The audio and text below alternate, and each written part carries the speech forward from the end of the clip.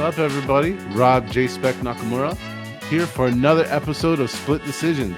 You might be thinking to yourself, what is Split Decisions? Well, it's a combat sports show where we talk about the best, most interesting topics around all of combat sports and try to show love to every genre while there's something going on. And this week's no different. Going to introduce the fellas, my dudes, Ricky and Sean. We'll start with Ricky. How you doing, bro? I'm fucking dying, brother. I am fucking dying. I'm not feeling good. Fuck trampoline parks. Fuck little kids and their germs. My body's burning. I feel like I'm in a sauna right now. I feel like I'm in a Russian hot tub surrounded by all my boys. It just isn't a good feeling. But I'm here. I'm ready to bring the energy. If I die, I die. On the Sean. There you go. That's the energy we're looking for. Sean. Yeah, little do you guys know, Ricky doesn't have any kids. He just hangs out at trampoline parks. I'm just kidding. No, I'm just messing with you guys. Ricky has a kid. Back for another week of Split Decisions. Good guest as always. Nevertheless, my boys, it's going to be another good show. Ready to run it. There we go. We're ready to run it. I'm ready to run it. So let's do it. But before I get into what we're doing, I can't leave out the wonderful app and company that's got our back, the AllStar Sports app, your place to get all your sports information completely ad-free, no money, customizable leagues and topics, and make UFC picks. Join my league, make your own, whatever. Enjoy it. Exclusive MMA content. All right, dudes, this week we have special guests, not just one. We got two, something kind of like a thing around here. We have the very awesome, ultra-talented, multi-talented Mr. Cody Gibson. How you doing, sir? Doing good. Thank you for having me on, Rob. I appreciate it. Super appreciate your time as well. Before I get into my questions, I'm going to throw the ball right at you. Is there anything you want the people to know right away, right out the jump? No, I mean, I feel like I got my motto, my mindset going into this next fight is something to prove, I feel like I really underperformed my last fight and just didn't show up and give my best effort and have the same energy that I think people have come to expect from me. And so for me, it's just about righting that wrong and reminding people that, I'm a person you want to tune into to watch when I'm fighting. And I always leave everything out there. And so, yeah, that's kind of my motto. This fight is something to prove, I feel like I have something to prove to the fans, to the UFC, to myself. And so that's kind of something I keep reiterating in my head is like, and I feel like I've always kind of had a underdog mentality in life and in fighting in particular. And so, having that underdog mentality and knowing you're kind of up against the fence, so to speak. And yeah, man, something to prove. So I'm excited to get in there and prove it. There you go. Getting it in there and proving it. That's what this game is all about. Constantly. Every fight, right? Every fight is its own micro game within a bigger game you're playing across your whole career of proving to yourself. And well, you're not the only one. You're not the only one out there that's got something to prove. Everybody fighting that night does as well. But your opponent, very similar shoes, if you will. Let's say it honestly. Needs a win, wants a win. Both of you guys on that same kind of path right now. Does that make things like? Is there more of an edge because you know how much it meant to you? You just said it. It means a lot to you right now. You can figure it means the same for him. Does that put more tension on this? I mean, I think I'd be lying if I said it. I didn't feel like, this is the most, I mean, everybody says their next fight's the most important, and that's always the case. But, the fact that it took me so long to get back to the UFC, after being cut originally back in 2015, I don't want it to go through all those trials and tribulations and fights and struggles and get back to the UFC and then just flop out again, and I know I could perform and have success and string together some wins. And I'm sure Brian feels the same way. He he's coming off 3 losses, but he's coming off 3 losses to 3 very good fighters. Cody Garbrandt, former champion, Jonathan Martinez, ranked bantamweight, and then the guy who's going to be possibly fighting for the title sooner than later, depending on how his fight with Corey Sandhagen goes, Umar. So, I mean, he's not losing to any slouches by any means. And, but I'm sure he feels the same. He needs a win. And I'm sure he thinks, okay, this is a step down in competition from those 3 based on rankings, at least. And so, I'm sure he's going to be motivated and eager just as I am. And I think that adds to it. We both have a lot on the line in this fight. And I feel like when you've got a lot on the line, sometimes, that could make for special moments. So I'm hoping for some special moments on July 20th. We have the wonderfully talented, undefeated Melissa La Mamba Amaya. How you doing? I'm doing great. How are you? Excellent. I'm glad you're here, making my day. And well, let's just. Before I ask you any questions, I'm gonna just jump right in. Do you have anything that you immediately want to get off your chest or share to the world? I know your fight is in about a week. Yeah, it's in a week. I'm just really excited. I honestly can't describe how I feel. It's been over a year. April 1st will be a year since my last fight, and it's been a long time coming. So I'm just excited to finally get there. I understand. When basically hungry, ready for action. Yeah. There we go. I totally respect that. Yeah, I mean, for a year off has been a long time, but obviously, if anybody checks your social medias, they're gonna see you're very fit, very active, very ready to go. And well, let me just jump into the first question. The 6-0 as a pro. I didn't get to find an amateur record. Did you compete in the amateurs at all? No. No. Straight to the pros. Yeah, I moved from New Mexico to Washington, and when I found a gym here, Rick Little from Sick Jitsu is like, "You're fighting," and I never intended to fight, but I was like, "Okay." Okay, I'm here, and you're doing it and doing it well. Apparently, he's seen something in you at the time. So 6-0 is not easy to do. So congratulations on that. And that's a great feeling too, to have a coach believe in you, because I my whole life I've been obsessed with sports.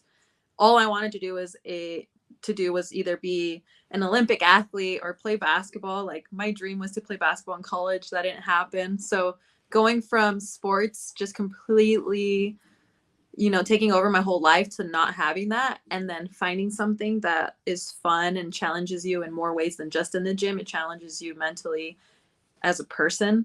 So finding something like that and a home in that, and then having a coach who is world renowned. Like, he's coached several people that are amazing. They're in the UFC.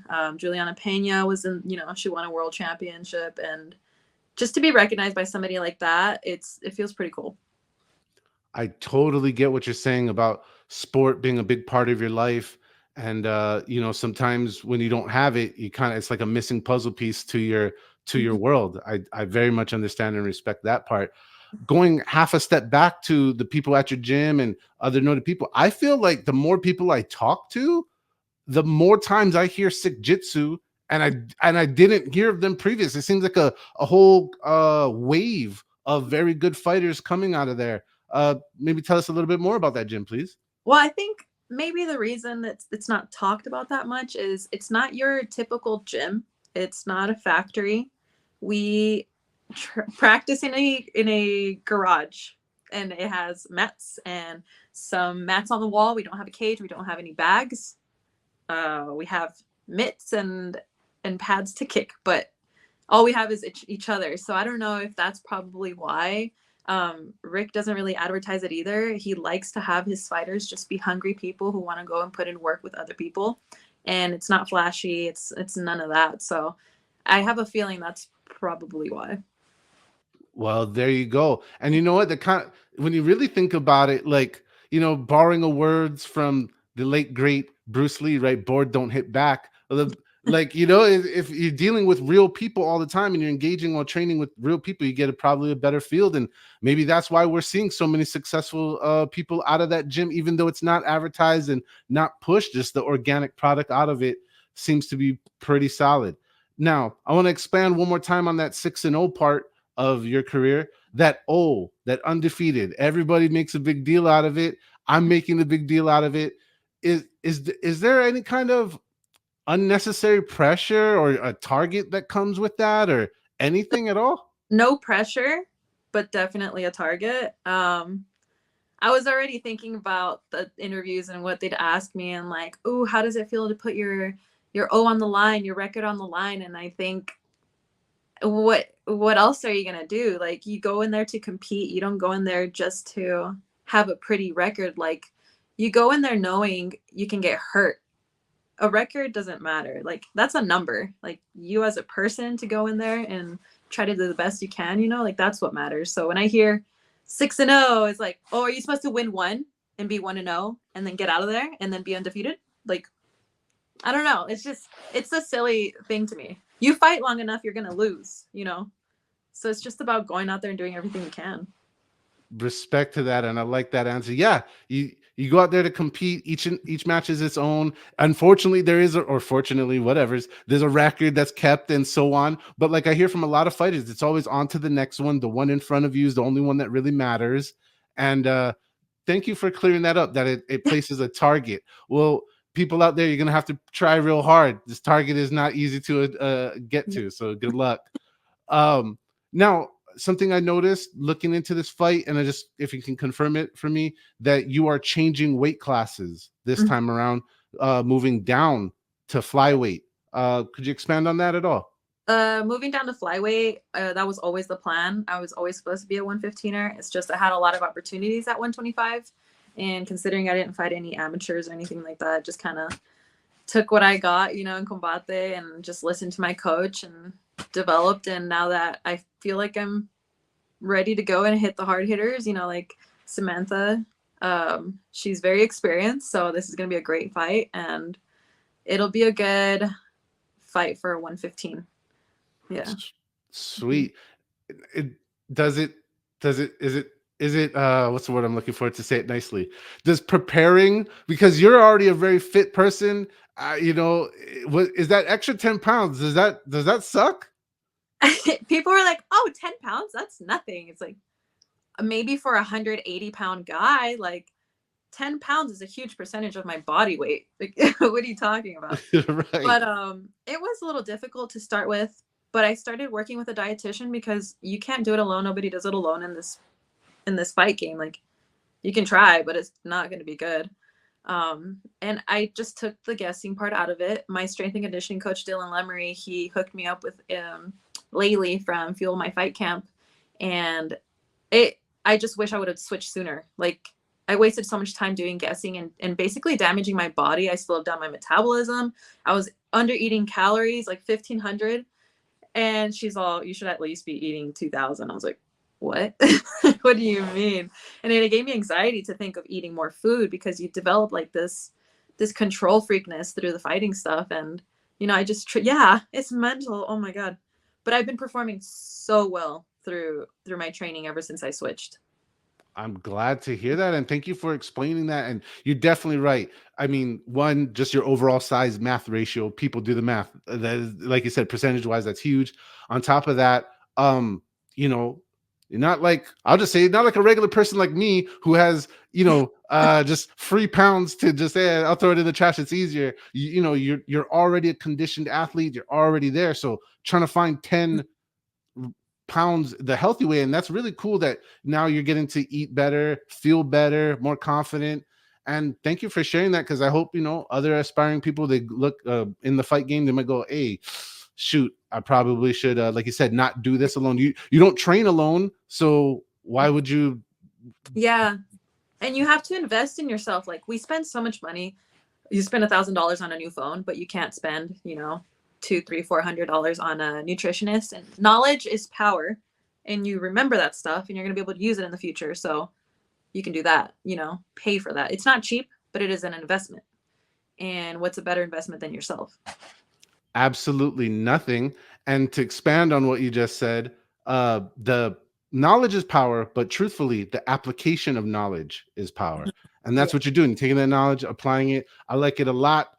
Now, something you kind of you hinted at, and then that's cool because I prepared the question, so it seems like it was really well put together. Is your whole pro experience is and has been at Combate. So safe to say you're a Combate Global veteran. Uh, could you tell us what your experience like is and has been fighting for them?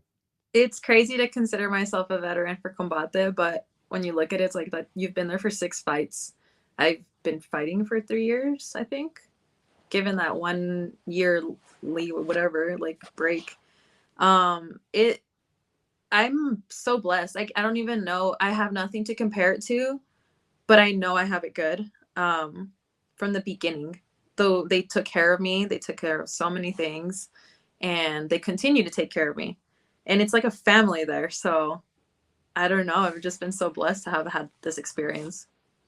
You are echoing a very similar sentiment that I've got the privilege to talk to many Combate fighters so far, and they all say it in their own individual ways, but taking care is a word that gets used over and over again. I'm glad to hear it in your case as well. That sounds really good. I mean, who doesn't like to work for, like, everybody wants to work for somewhere that they enjoy and the people like it's good to work for. Yeah. So I'm glad to hear that. And of course, good luck on the upcoming fight. Now, you talked about, and I just looked, I saw you playing Papa Shot in one of your Instagram posts. I'm a Papa Shot, I'll challenge anybody with it. You probably smoke me, but you just said earlier, college basketball was one of your inspirations or one of the things you were trying to aspire to. So it means you're pretty good at basketball in general if you're trying to. I loved I I I love basketball. Like it was my life since I was 6 years old. There's a picture of me YMCA, like toothpick, like my whole arm looked like my wrist. It was just like extremely small, but I loved it. Yeah, I don't even know how to describe it other than it completely consumed my life. And I tried walking on. I could have gone to a D2, D3 school. They were looking at me, but I was stubborn because I was like, my education's important as well, but I'm gonna try to walk on to D1 because I've always betted on myself, and they never had walk-on tryouts. So I was like, dang. But I still played intramurals, open gym after practice. Or after work, and then after classes, I would go to the gym on campus. And you know how it is, pickup games. And I would play legitimately 5 to 6 hours a day with the guys, and they'd turn off the lights. And then that's when I would go back to my dorm. I played every day. And I'd had people come up to me and ask me, hey, are you on the team? I'm like, no, I wish. And I would set up cones and I would do my own drills. Like I was obsessed with it. But when I was 16, I tore my ACL, and then people were like, oh, you're never going to be the same. I had my coach say, you're never going to be the same. And it's funny that you mentioned the basketball, because I went back home and I opened up a book and I saw an excerpt of like my journal, and it was me saying like, the coach had told me I'm never going to be the same. And you're right. I was never the same. I was better. And it was just like this thing of like, it won't, yeah, it's weird seeing something I wrote when I was 16. It was like 13 years ago. And it just kind of hits you like, oh, that's the kind of person I am. But, fast forward years later in 2018, my friend was having a surprise, like birthday tournament thing. I was like, oh, can you come and be part of the team? I was like, yeah. 5 minutes in, I jump up, throw the ball, I land, and I feel this familiar pop. And I was like, no, there's no way. Like, that was too easy. I literally just jumped and landed, and I tore another ACL. And I was like, and that was legitimately the last time I've ever played basketball. And something tore inside of me. I was like jaded towards basketball. I was like, I gave so much of my life to you. I'm done. You know what? That is 1, heartbreaking, 1, inspirational, 3, like that's a wonderful and like rough ending, but I'm glad that you still didn't give up on athletics as a whole. You're still obviously kicking ass, literally. And as someone who hurt their knee way back in another time, and it changed my focus and my attention onto another sport, which I'm glad to have participated in. You know what?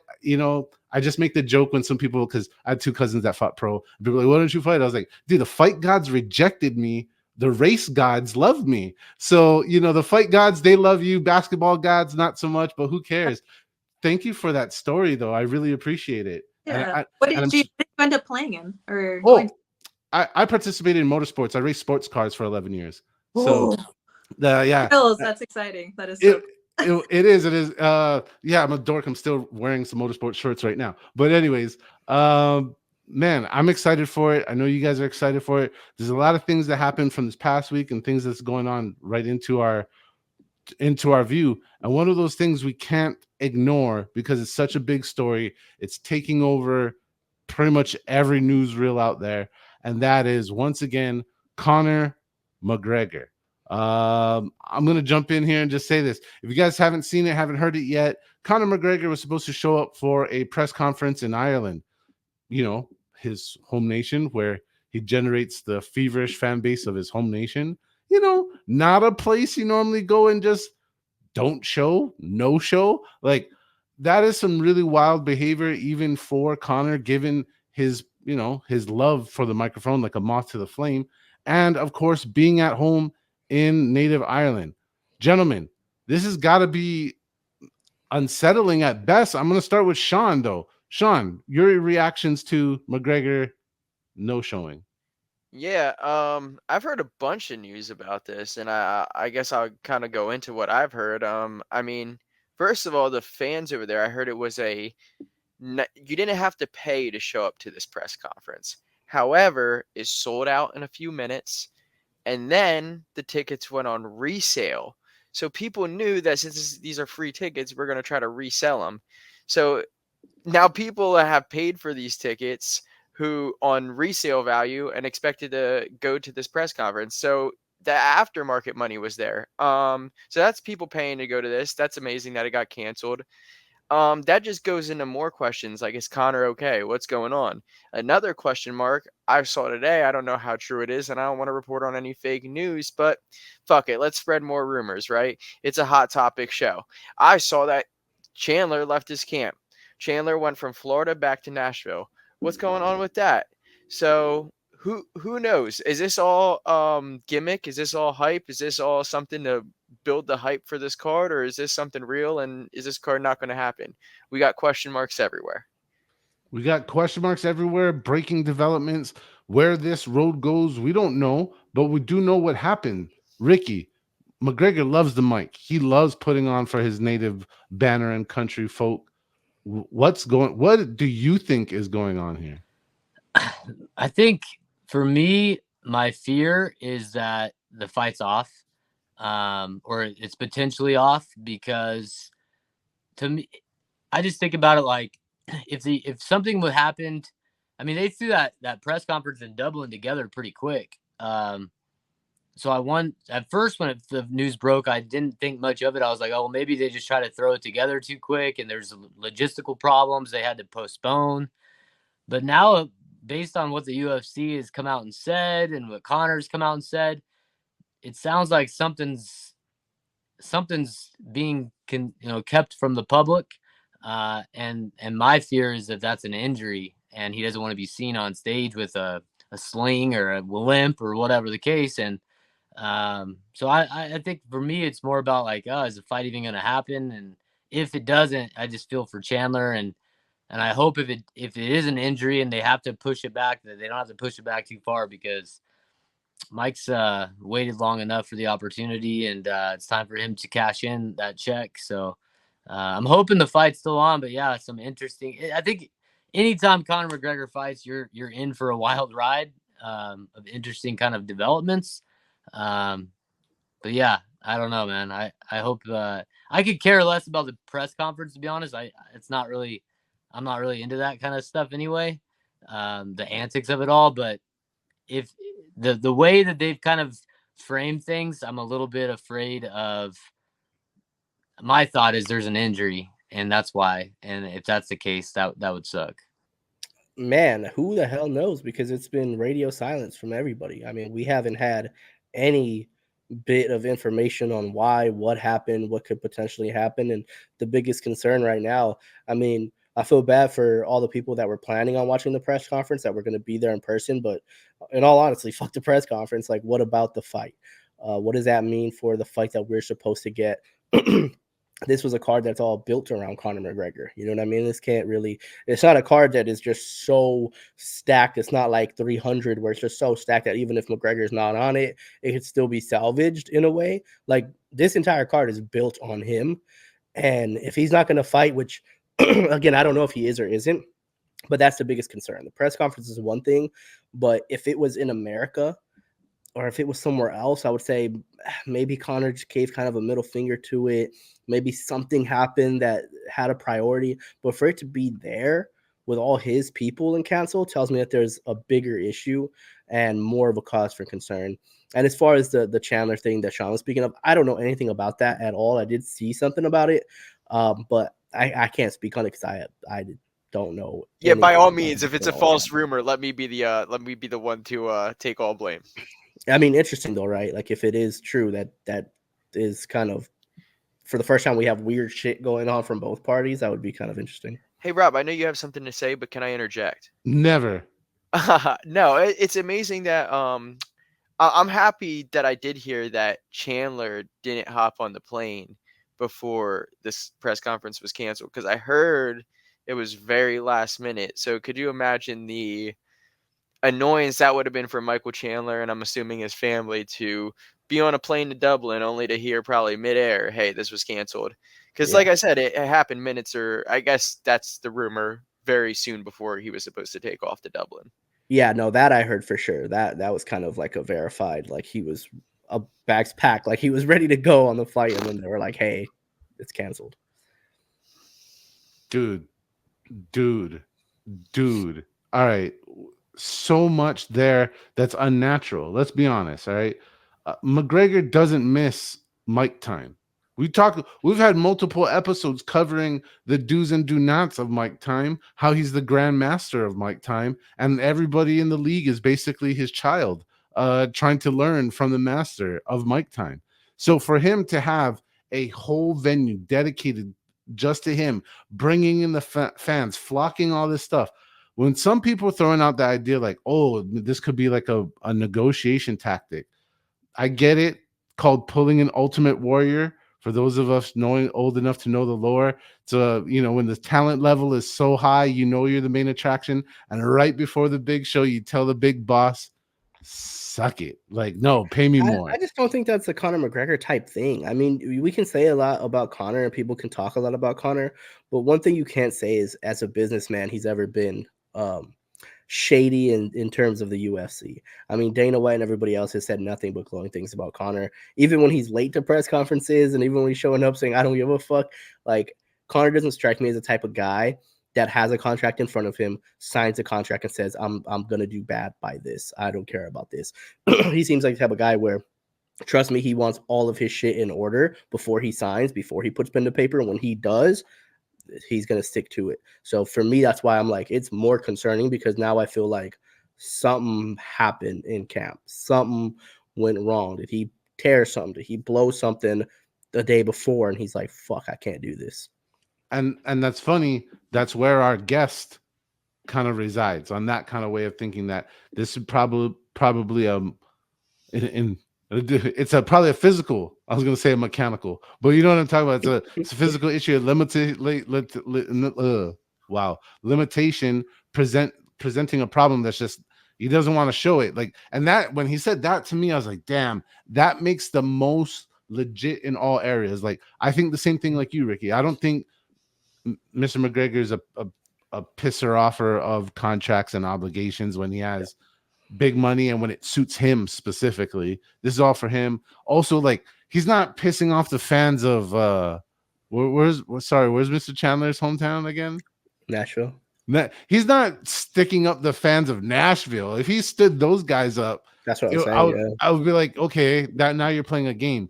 But yeah, man, this, to me, the more time goes by, the more I hear it, ugly. If it's injury, obviously, come on, fight gods, give us a break. Yeah. We want to see this. The hope is that it's a minor injury and he's just like, I can't show up to the press conference with a fucking boot on. You know what I mean? It's not something that's going to keep me out of the fight, but like I got a little bit of a sprained ankle or something, or I got something that I'm kind of hobbling on. I do not want to show up and be in front of Michael Chandler with a damn boot on or something of that nature, but the fight's still going to go on.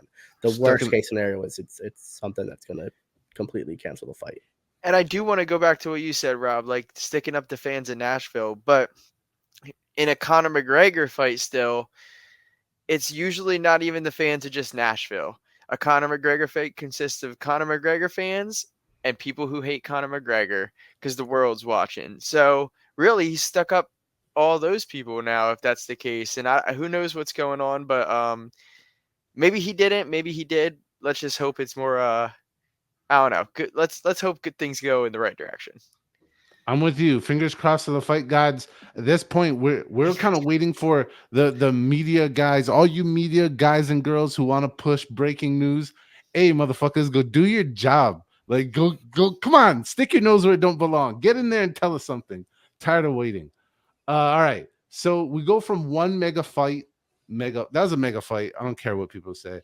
We go from one mega fight that is possibly got question marks on it. It's got a lot of question marks. We don't know if it's going to get shuffled around, to a mega fight. That was tough to say. It had a lot of attention. The Tyson versus Paul circus. It's a boxing fight, but I'm calling it a circus. Deal with it. It's now on pause, right? So we talked about this before. We're talking about after. Luckily, our guest was supposed to be fighting on this date. Mr. Gibson was supposed to be fighting July 20th as well. Not going to happen. He expresses his feelings about said turn of events. I honestly don't want Mike to fight Jake Paul. I was just talking on Twitter about it because, I mean, I grew up watching Mike Tyson. Like, I remember exactly where I was when he bit Holyfield's ear, and he was the man when I was a kid. And my dad would take me to his buddy's house all the time to watch the Mike Tyson fights. And so to me, it was more just like I was just in awe that Mike Tyson, who when I was 7 years old, you know, was watching him on the screen, was going to fight the same day that I was. Like, to me, that was just wild. And, but I'm actually happy that fight's hopefully off because I don't really want to see it. I mean, of course, I'm a hypocrite because, of course, I'm going to tune in on Netflix if he's fighting Jake Paul, but I just didn't want to see it. I don't think at late 50s, no matter how good a shape you're in, you're going to lose speed. And I just didn't like the fight for Mike. I think Jake Paul's a decent boxer. He's a big guy. And so I don't know. I just wasn't a big fan of it. So I'm happy that it's off for the time being, and I hope they don't. I hope Jake tries. I don't really understand his angle of that fight either. Like, it's a lose-lose situation for him. If you go out and you starch Mike Tyson, he's an old man, everyone's going to be like, that sucks. Like, we didn't want to see that. And if you go out and lose to Mike Tyson, who's an old man, that's something else, you know? So I didn't really understand his angle. I mean, he's obviously made a lot of smart business decisions in his life. So maybe he sees something that I don't, but I didn't really understand it from that perspective. Like, I just didn't understand how you're going to come out of that looking good or gaining fans or gaining popularity, beating up an old Mike Tyson. I don't know. But guys, we were just talking about this a little bit ago. The optics of this not looking great. I'm kind of happy that it's on pause. Maybe it gets paused and then derailed. I don't know. They're talking about alternates. Ricky, you're better up this time. Yeah, I mean, I hope they go with an alternate. If it's paused, if there's stuff going on with Mike Tyson's side of it, which, I mean, obviously it's not Jake Paul's side that's been having these issues or the reason for the delay. So if there's some serious like medical concerns for Mike Tyson, I mean, we didn't really want to see it in the first place, right? We had our concerns with a healthy Mike Tyson. To know that not only is this almost 60-year-old also have medical problems and isn't feeling at his best, is still going to step in there with a guy who, yeah, I get it, dude. He's not world class. And, you know, you don't look at Jake Paul and think Canelo Alvarez, but at the end of the day, it's a young dude who hits hard, who's been training, who is a lot more explosive and athletic than Mike Tyson at his age right now currently. yeah, I don't want to see it. So if there's gonna be a fill-in, let it be a fill-in. And it, honestly, it's gonna sound crazy, but why would this not be the perfect opportunity to finally get the Jake Paul and KSI fight? It's a fucking circus anyway, right? Why not get two of the biggest, most viewed, most talked about guys, social media giants, and the two of them who've been talking shit to each other for a really, really long time, who no one's gonna feel bad for either one of them if they get knocked out.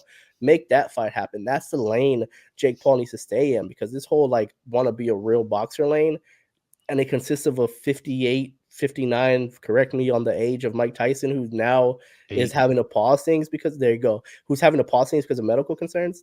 That's not, you're going the opposite route. You're not going any of the routes. You're doing a one-off thing that has people concerned for Mike, and I don't like it. I don't like it now. I was kind of okay with it before. Now I really don't like it. Now I really don't like it. And to be clear, the fight, the press conference, the whatever press release, that's what I was looking for, that was put out there. The official statement was, because doctor orders have limited Mike to light to no training for 2 to 3 weeks, it's unfair for one guy to be more prepared than the other. So they're going to take that and parlay to roll it over. Sean, the circus is falling apart at the circus wheels. Do you like it? Dislike it? What's your thoughts? Well, when the circus falls apart, I mean, bring more circus aspects to it. Replace one mic with another mic. I know you like the KSI thing, Ricky, but hey, let's bring in Mike Perry. Let's finally get Mike Perry versus Jake Paul. Let's let Platinum beat up on fucking Jake. Sell it as Jake versus Mike, right? People will still tune in because dumb people will not even realize that Mike Tyson's off the card. Boom. I just helped you, Jake. I just helped you, Mike Perry. Jake versus Mike. No one's gonna fucking know. Pay-per-view numbers through the roof. Not really. I'm sure really not a couple thousand, but hey, there you go. That's what I want. Yeah. There we go. That's what we want. Give us what we want, what we need, and we need more violence. I think Mike Perry is a dangerous option, very dangerous option for Jake. I think that's what we would win at. Hardcores would win like that. The hardcore fight group would flock to that fight. But what Ricky's saying kind of holds more weight, unfortunately, because this event has to draw big eyes and numbers to do what it's meant to do, to launch live sporting events on Netflix. You guys got to remember, this is not Jake Paul's show. This is a combined effort of the old stardom and the new stardom pushing forward Netflix into the We Do Sports era of their company? Question mark. Yeah. So right, dude, like it's And that was not my just like thought too, is the only reason Netflix was doing it is because it has Mike Tyson as the other half of that card. Without Mike Tyson, is Netflix even still want to be involved in it? I don't know, because you're trying to. Well, I think why they did this such a off pairing is demographically. Look who who's rooting for Iron Mike, and look at everybody who's rooting for Jake. That's literally the two major different demographic groups right there. They just got everybody. Like, I don't know, man. Good business work on those guys, but we'll see what happens. So let's turn the page to another combat sporting event that's got everybody's attention on a totally different way, right? We're talking about boxing and a crazy event going that direction. We got a new crazy event called the Craig Jones Invitational. It is wonderful. It's fresh, breath of fresh air. Is that There the you go. expression? Yeah. Thank you. It's not a fresh of breath there. That's sure as hell not it. So it got a new kid on the block, new contender. And if you don't know the backstory, ADCC, I hope you know that acronym. They were the mecca of all things grappling since way back in the day. It's the most prestigious championship you can win and know of. But now, not the case anymore. Craig Jones Invitational coming out, and we have even more than that, someone who actually knows the rules and some of the upcoming things to look forward to. So there's a lot of questions circling around this league. What's the difference? What's all that? I got a huge education from my buddy right here, and he's going to teach you. Ricky, tell us all about it. Yeah, well, obviously we all are very well aware of who Craig Jones is. Probably the most popular person, I would say, even now, passing Gordon Ryan in terms of just popularity on the internet. His clips go viral. He's hilarious. He does a lot of silly stuff. But he wanted to shake things up.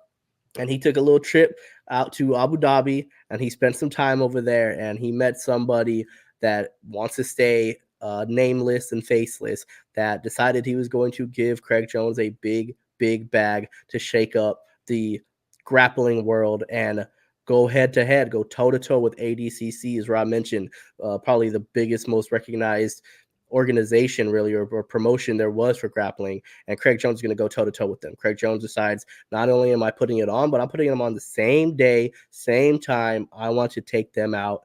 And how are we going to do that? Well, money, right? In ADCC, you get 10,000 if you win.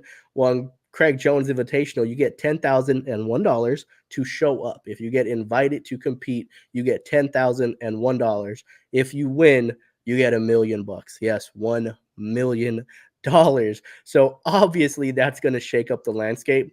Listen, these grapplers, a majority of their money come off of seminars. It comes off of teaching. It comes off of being a high level teacher and being able to bring people in, whether you're doing video, what are you doing? Videos, content that you're selling online, whether you're doing actual in-person seminars where you're traveling and doing that stuff, and then your day-to-day coaching at the gym. That's where they're making their money, not in these competitions. And you give a guy an opportunity to make $1 million to win a grappling match.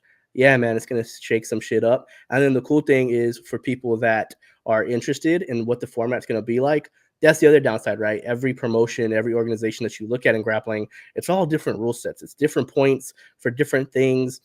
It's all scored differently. You don't really sure. Well, Craig Jones wants this to be a little bit easier for the MMA fan, for you and I watching. We understand a 10-point system. We understand rounds.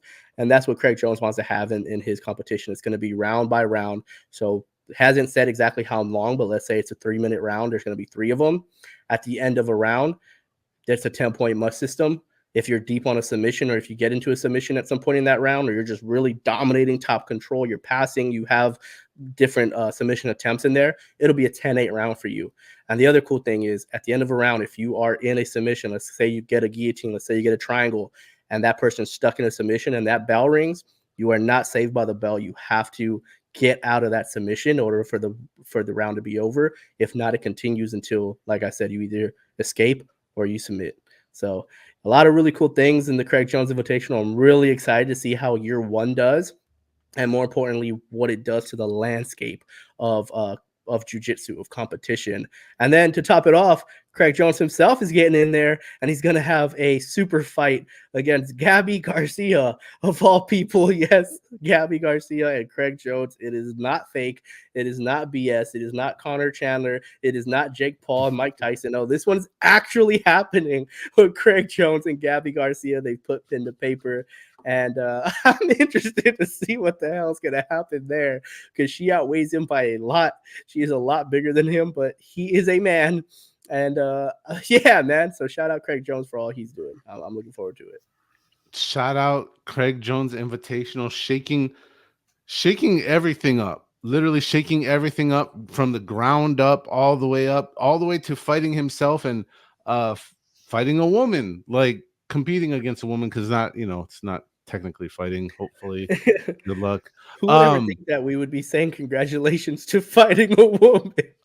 Dude, When it's you so take things out of crazy. context, it sounds wild. When I hear a woman is gonna get paid 10 grand to just show up and that's it, versus she was only getting paid 6,000 while the men were getting 10,000 over in Abu Dhabi, like you're getting. Of course, I'm happy for the ladies. Sean, there's so much going on in this story. What part of all of that he just shared with you do you remember or do you care about? Dude, so much to unpack. Ricky, congratulations. Anybody else who just watched that I don't know how he remembered all of that off the top of his head, but that was incredible. That just goes to show how good Ricky is with our jiu-jitsu knowledge. Craig Jones, though, congratulations to him too. Like you guys said, way to shake shit up. It's always cool seeing something new come out, seeing something interesting. I love the 10-point must system. Also, whenever I hear of a guy with no name, no face, and a big bag, I'm told to run. right? I guess in Abu Dhabi, you shake his hand and accept his offer, because he's handing out big bags of cash, not putting you in the bag.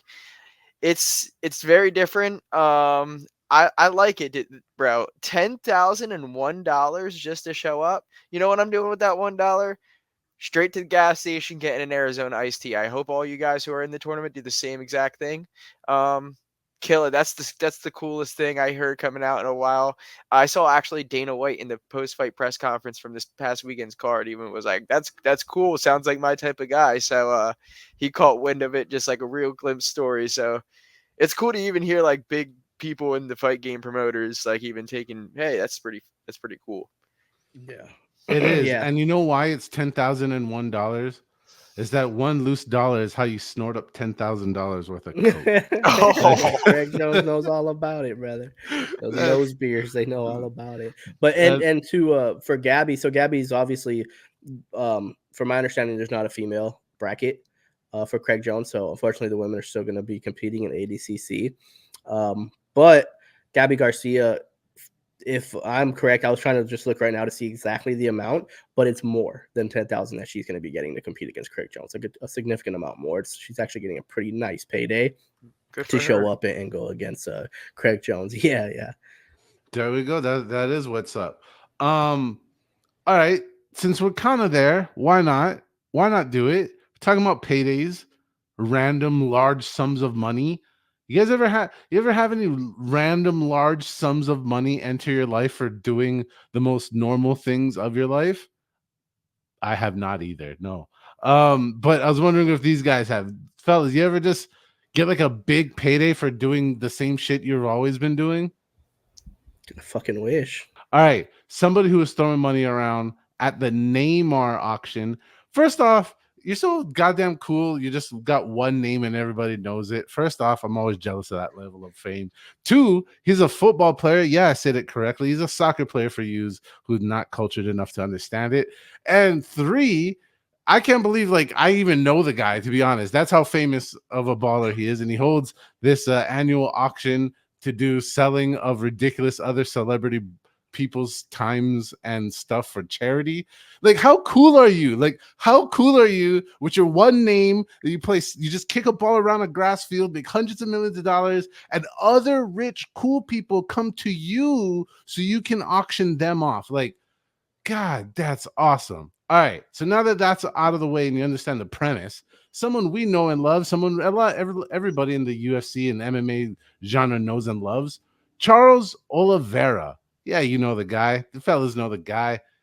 Charles Oliveira got an auction went up for his time, and the time was to accompany him throughout a training camp, and specifically including the weight cutting process going into his very next UFC fight. $95,000 was bid and secured by a Russian rich dude that he wants to remain anonymous or whatever. So we'll just go with Russian rich dude. 95K to basically shadow someone when they don't even want you around. Like you're just at work doing your normal shit. Sean, what is your take on this, dude? Like life is crazy, huh? See, I have so many questions. So many questions because one, this was obviously like a charity event. Did all of this money, this 95,000, go to charity? If so, then this package had to be bought up front. How much did Charles offer this package for? Because if you didn't offer it for anywhere close to $95,000, buddy, you missed your mark. Um, Now you just have a random. Hopefully, it wasn't anything less than $10,000, because now you have a random Russian dude just shadowing you. For all you know, it could be Islam's cousin, just getting more intel on you for the next time you fight him. But yeah, now you have just a random Russian dude following you around all fight week. When you're weight cutting, I'm sure you don't want another guy there unless you need another guy to cuddle with. I saw that was like in the shoot a box thing. Who knows?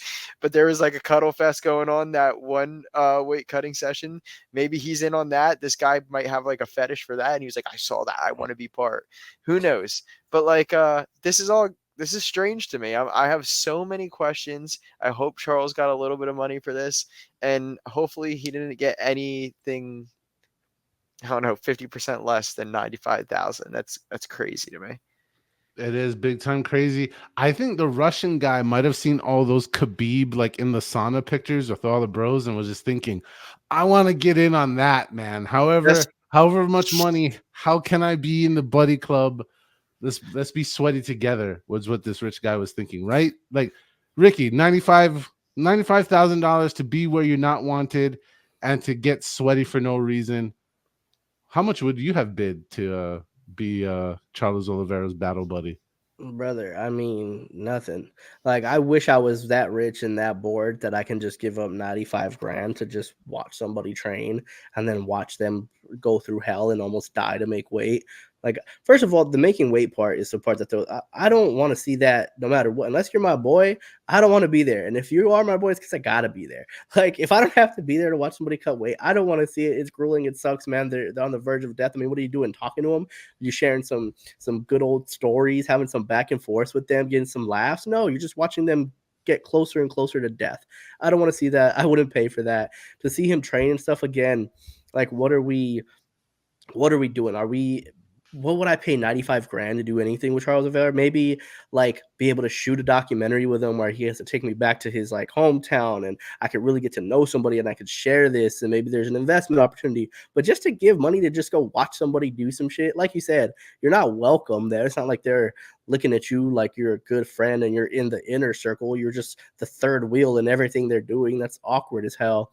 So I don't know if it's going to charity. I hope it's for a great cause. That's awesome. Anytime money's going to charity, great, man. Cool stuff for that guy. Like I said, envious, not because of what you got to do, but because you get to spend $95,000 like it's nothing to do something stupid. I wish that was me. I hope that this guy's not rich. I hope this guy took out a second mortgage This is life on saving. his house and also canceled his second child's any ambitions of going to college. The first one too, take away both college funds and like turn in the car. Like I hope this was a complete like just max out on life because I don't know what's coming up next. I also hope he doesn't speak Portuguese. I hope the whole time he's there, he's just a fly on the wall without any knowledge of what's being said and no translator to translate anything. That would be interesting. Well, you guys said it earlier. I know you're making a joke, but you said anonymous. His name did get released. His name is Khabib Nurmagomedov. Oh, That's who it was.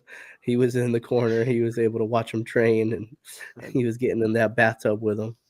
That's it. That I mean, honestly though, the 95 grand sounds like some spy shit. Like when Sean was like, maybe that's some Russian spy shit. Yo, if this Russian dude understands one fucking word of Brazilian, he is a spy. There would be no reason to know Portuguese variant of Brazilian. There'd be no reason to know that dialect version of Portuguese at all. Rob, I just saw a tweet where Islam was like, hey, I offered Charles to come train, and Charles was like, no, I'm shoot a box forever. Islam's like, brother, we got to send some spies over there to see what they're doing. Hey, I'm the conspiracy theorist guy. I'm not trying to start anything, but I'm starting some shit. We're starting some shit. It's always a conspiracy theory until the top secret documents get declassified 20 or 30 years later, and then they're like, yeah, that was it. And every line's blacked out. Except Sean was there. Shit, every time. All right. Going from one thing that people paid a lot to be a part of just once, and something we've been a part of so many times that it's starting to fall apart. At least ambition wise, I could say I ran a poll a few times, checked around the public a few times, post checked around. TUF, the Ultimate Fighter, the reality TV series of yesteryear that would be the pipeline way to get your jollies in and get to know people. That's on. It's starting now, but people are not feeling it. Luckily, we had an alumni this week to join us on that topic. Yeah, I was a huge Ultimate Fighter fan when Forrest was on the show. I would think I was like a junior or senior in high school. And so I've been watching the Ultimate Fighter, and I took there was definitely some seasons where I took breaks in the middle there. But when I found out that I was going to be on the show, this last season, I went back and watched some previous shows just to get a feel for the show. And so, yeah, I think I'm definitely going to tune in, and I'm definitely going to probably look at it a little bit differently than most people because I've been there and I know some of the things that are happening behind the scenes. So, yeah, I'll definitely be tuning in, and it's an interesting experience, man. It's like a psychology experiment, like that's what it felt like. I mean, they locked us into a hotel room for 2 weeks before we ever went on the show, and we were isolated by ourselves in a room. Like I think they do that on purpose, like to get you riled up. So then they put a bunch of fighters who've been sitting in hotel rooms for 14 days by themselves. And we got to leave the hotel room to train by ourselves. Like we just hit the bag or run or whatever. But that was pretty much it. And they'd bring us our meals. And so by the time we got in the house, we hadn't really been too social in a few weeks. So it's interesting how they kind of formulate things and put things together. But I'll definitely be tuning in with a different lens for sure this season. And I think the theme this year is like around the world, right? Like they've got guys from all over the world. I would be lying to you, mister, if I started jumping in here knowing what the premise of this show.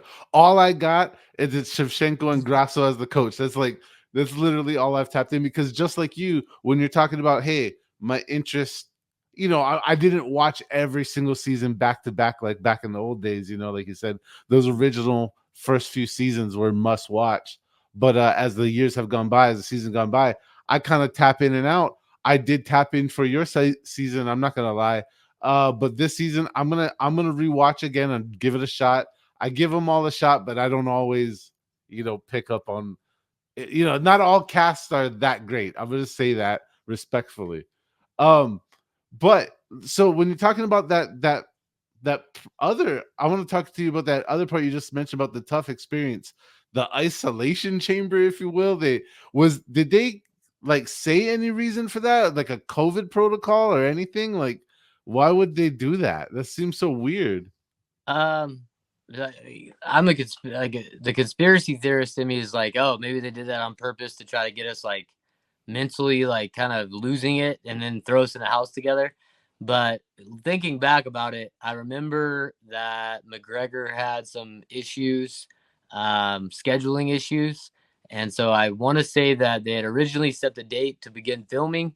And then last minute, he changed plans and was like, oh, I can't be out there till later. And so they had to adjust. And so I feel like it was just the circumstances of the most famous fighter ever as the coach that led us down that path of 14 days in isolation chambers, so to speak. But guys, The Ultimate Fighter, I'm going to present three choices, right? I'm going to watch it, I'm going to skip it, or just watch a little bit, see if it sucks, and then probably skip it. Or the other way around, make it positive. You know what I'm trying to say. I'm going to start with Ricky. Ultimate Fighter this season. What's going on, man? The Ultimate Female, Alexa Grasso and Valentina Shevchenko. Yeah, I mean, it's just the format, man. The format of the show has gotten stale. Like nobody cares to really. Every episode is basically the same thing, right? Like I didn't watch this first episode. I don't even know if it aired or not yet, but I haven't seen it. I don't really plan to, but I'm gonna tell you exactly how it's gonna go. They're going to give you a very in-depth backstory and life journey of said fighter and then his opponent, and then they're gonna fight, and then that's episode 1, and then that's gonna be episode 2, 3, 4, 5, all the way to the end. Like I understand why they wanted to take out all the dramatics of the house and why they wanted to take away like the whole let's booze them up, let's give them alcohol, and let's see what happens. But if you're going to shoot reality TV, it's got to be formatted like that. There still has to be a sense of entertainment into it. And if there isn't, then you can't really have a reality TV show competition that isn't formatted like that. Like in this case, it's just the Contender Series with longer interviews. Like that's basically what it boils down to. And I just don't care to see it. And plus, the fighters themselves just haven't been doing that well. There's a few of them, right? I'm not going to say nobody from the Ultimate Fighter or no Ultimate Fighter season winners of the past have been doing well. But the big names are coming out of the Contender Series. Like that's where the next big time prospect we're going to see is coming from, not the Ultimate Fighter. And also, I think they miss the mark whenever they do two females, right? Former champion, current champion, and it's a male. It's a male division. Like, have a female division. I think there's something cool about having them coach women who are in the same weight class. I thought that was something really cool that they used to do when you saw like Connor talking shit to Cody Garbrandt. He pushes him. It's like, hey, that fight could actually happen someday in the future. And it adds just a little more animosity between the teams and the camps. And like, drama is good for this type of format. And when they try to cancel out all the drama, you're left with this just kind of stale old show that no one really cares too much about anymore, unfortunately. Still old formatting because they took away all the spice. So, like you said, it's pretty bland, and there's no, like you said, the other part, like the connection, relating with men not training in the same weight class. Like you said, forget the male female disconnection you guys swang and miss on, but having it in the appropriate weight class. Yeah, that was always like this cool thing of like, hey, maybe one day if things go good, maybe not always a world championship, but man, who knows? He could end up fighting that person. That was also a big part of the show. You're right, dude. Sean, are you going to be tuning in to this season of TUF at all? You going to give it a chance or say fuck that? Well, with the past few years, it's just been so much disconnect. Like you watched last year and you see where it just fizzled out. And I mean, you see guys like Brad Katona who win but then lose. You're like, what is the validity of this show anymore? Yeah. When people win, like what does it amount to? And it's almost like you see guys from Dana White's Contender Series having these crazy careers. Look at Jamal Hill, look at Sean O'Malley. There's so many other people I can name from just the Contender Series alone. When has the Ultimate Fighter put that out recently? It hasn't. And you guys were talking about the formatting, right? I'm just going to pitch an idea out there. Steal it from me. I don't even care. What you guys can do, you guys are taking fighters' phones away. You guys are doing all this shit. That's such in the past. We're in the social media age. The way you do this is you have it set up like the Contender Series. You know these fights are going to take place. You guys got to have them live now. What you do is you have a weekly fight show.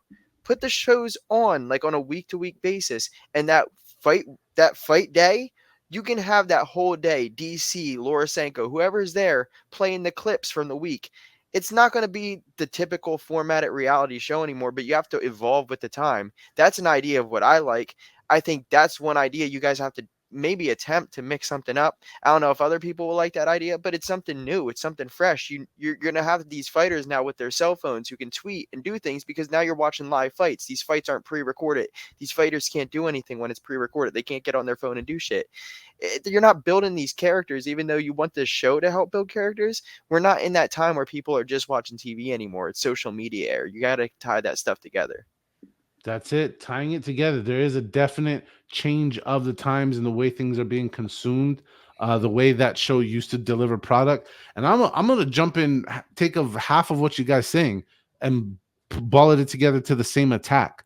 Look how both you guys in different ways brought up the Contender Series, right? After this run of shows of the season is over for the Ultimate Fighter, guess what starts? The Contender Series. Like the everything about this product is past tense because of the Contender Series. So they need to do something. I don't know what. If they take Sean's idea, at least give him some credit for it. Shit. But they need to do something to move it into, like Ricky said, into the future. Into, if we're gonna keep doing this, you got to bring us something different than what's been done because we already know what's been done. And then to the point, it's like, why sit around for a whole hour? At least when Contender Series is going on, I'm gonna get me 5 fights in 2 hours. We know what's good over Dude, here. and when you're watching the Ultimate Fighter, what do you get? One fight, 2 fights, right? If One you get fight. one fight, right? If you Yeah. My dog's going crazy, but if you get one fight, the Ultimate Fighter, you can have that whole show leading up to it as a preempt, like all these recorded live clips before you can have leading up to it. When Yeah, it comes to that live fight time, just go live with the fight. That's all you have to do. that's it. Go live with the fight. Go live with the fight. Yeah. All right. Especially Well, because if you're gonna have the format they have now, like you better have some like surefire. This guy is a guy that we think is gonna be a future champion, right? Like if Bo Nickel was in the Ultimate Fighter, then maybe a long interview format of we're just going to go through this guy's life journey and then have him fight at the end, then maybe that would work. But you have to have somebody that already has a lot of popularity behind them before going into the house. And like they're not, right? The guys who have that kind of popularity are not going to the Ultimate Fighter, going straight to the Contender Series. So I think that the in creation and the momentum and the drive and everything that is great about the Contender Series is awesome. That is what killed the Ultimate Fighter for me. No, you're absolutely right, dude. The Contender Series success has brought the final nail in the coffin to me for the Ultimate Fighter series. I would like to see the Ultimate Fighter be revamped in a completely different way.